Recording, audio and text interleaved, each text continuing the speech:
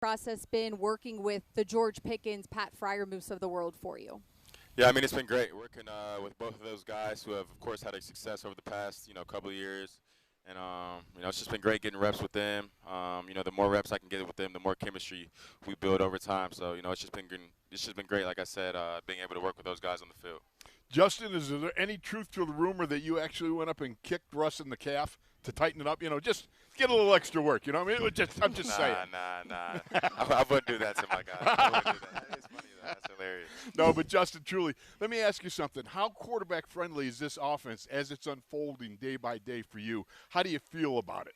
Yeah, I mean, I feel great. The great thing about Arthur is he communicates with us a lot. Talk to us about what we like, what we don't like. So, it's quarterback friendly, and he might like a play, but if we don't like it, then he's not going to call it. So, in terms of that stuff with communicating on what we like to run and stuff like that, of course, you're not going to see that too much in camp. But when the game comes, and he's going to make sure that we're comfortable with the plays that are being called. But this offense has been great so far.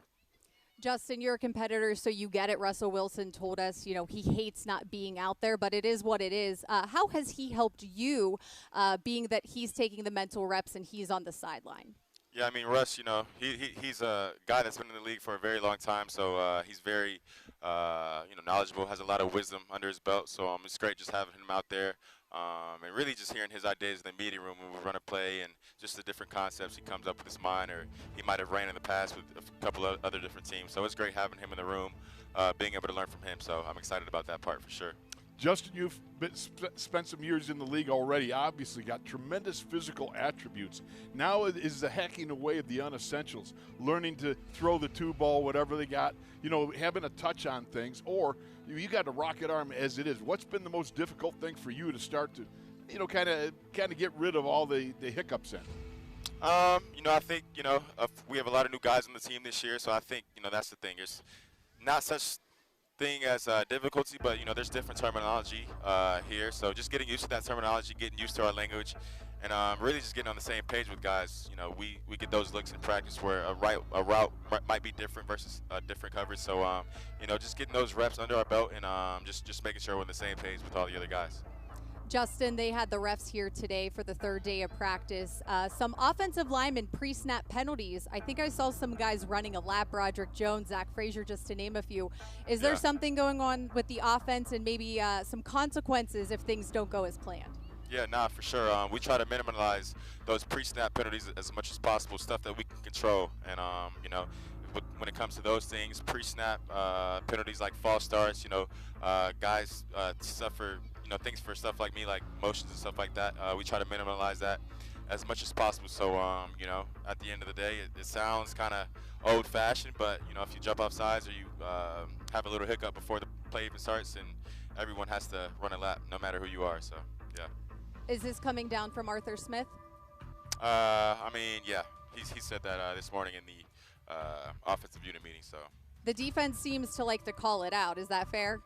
Yeah, I mean, that's what they should do. That's what they should do. In the game where an offensive line might jump and, the refs might see it, the defense usually goes crazy to just put more attention on that. So the defense is definitely doing their job when that happens, for sure. All I can say, Justin, is I'm glad it's happening now, not back in the 80s, because there was a practice I went 3 times I jumped off sides. I'd have to have been a marathon runner for crying out loud to do that. Now, I got to ask you something.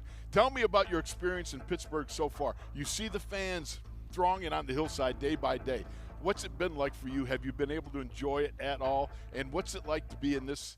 Well, not everybody goes away to training camp. So now you're going away to training camp. How do you like it?